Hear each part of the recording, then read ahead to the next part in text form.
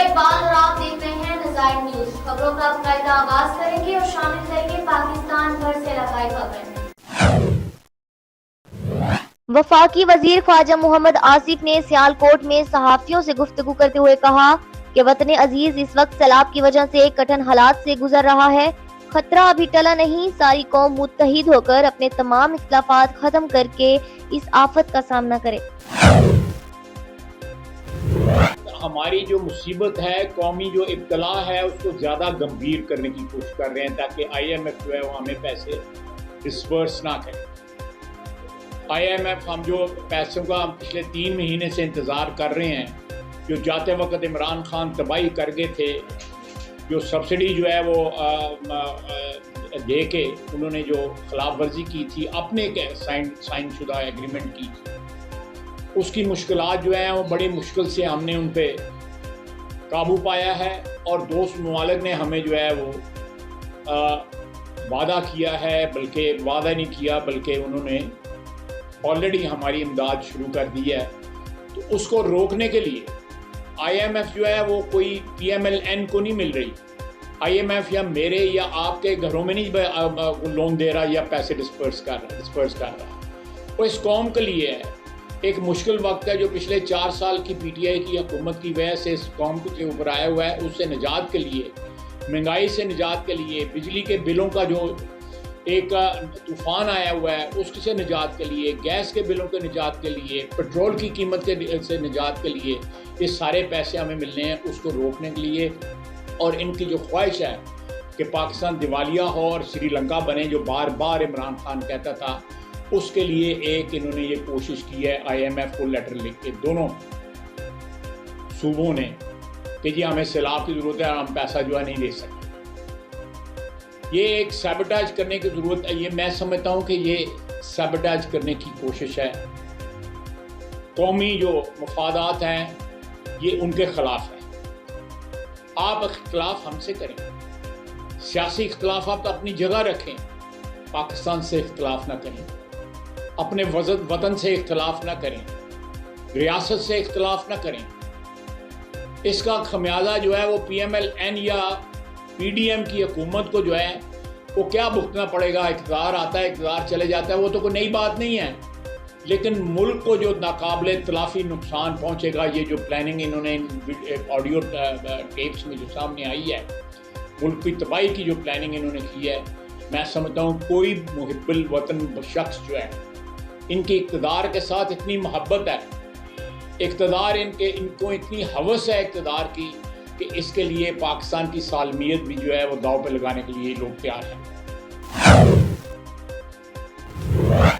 جب ہم ایٹمی طاقت بن گئے، ہندوستان بھی ایٹمی طاقت تھا، تو اس کے بعد یہ آپشن جو ہے ہندوستان کے لیے جو ہے وہ ذرا مشکل ہو گئی کہ پاکستان کے ساتھ وہ جنگ لڑے۔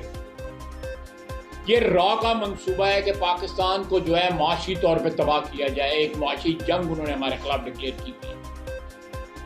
اور یہ جو آج جو کچھ یہ آپ کو سنائی دے رہا ہے اس آڈیو، یہ اسی ایجنڈے کا حصہ ہے۔ میں نہیں کہتا کہ یہ ان کے کہنے پہ کر رہے ہیں، لیکن اگر ان کے کہنے پہ نہیں کر رہے تو پھر بھی جو ہے یہ ان کے ایجنڈے کو سرو کر رہے ہیں، ان کے ایجنڈے کی جو ہے مدد ہو رہی ہے، ان کی ایجنڈے کی اعانت ہو رہی ہے، جو پاکستان کو اندرونی طور پہ اتنا معاشی طور پہ کمزور کرنا چاہتے ہیں کہ خدا نخواستہ پاکستان کی ریاست جو ہے وہ کولیپس کر جائے۔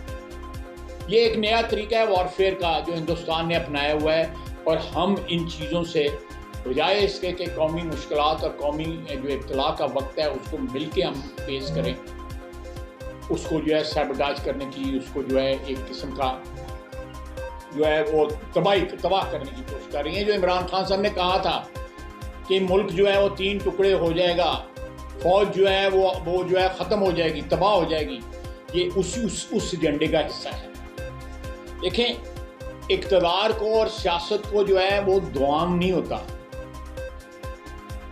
ہم کئی دفعہ اقتدار میں آئے، کئی دفعہ اقتدار ہم سے ہاتھ سے نکل گیا، چھینا گیا، نکل گیا، اللہ تعالیٰ نے پھر اقتدار بخشا۔ آج 4تھی دفعہ جو ہے پی ایم ایل این جو ہے اس کے پاس وزارت عثمہ ہے، 3 دفعہ نواز شریف وزیر اعظم بنا، آج اس کا بھائی 4تھی دفعہ وزیر اعظم بنا ہوا۔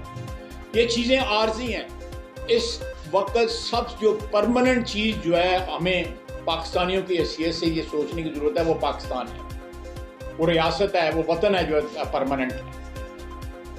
یہ زندگی پرماننٹ نہیں ہے تو اقتدار کس طرح پرماننٹ ہو سکتا ہے؟ یہ اس لالچ میں اقتدار کی ہوس میں پاکستان کو تباہ نہ کریں۔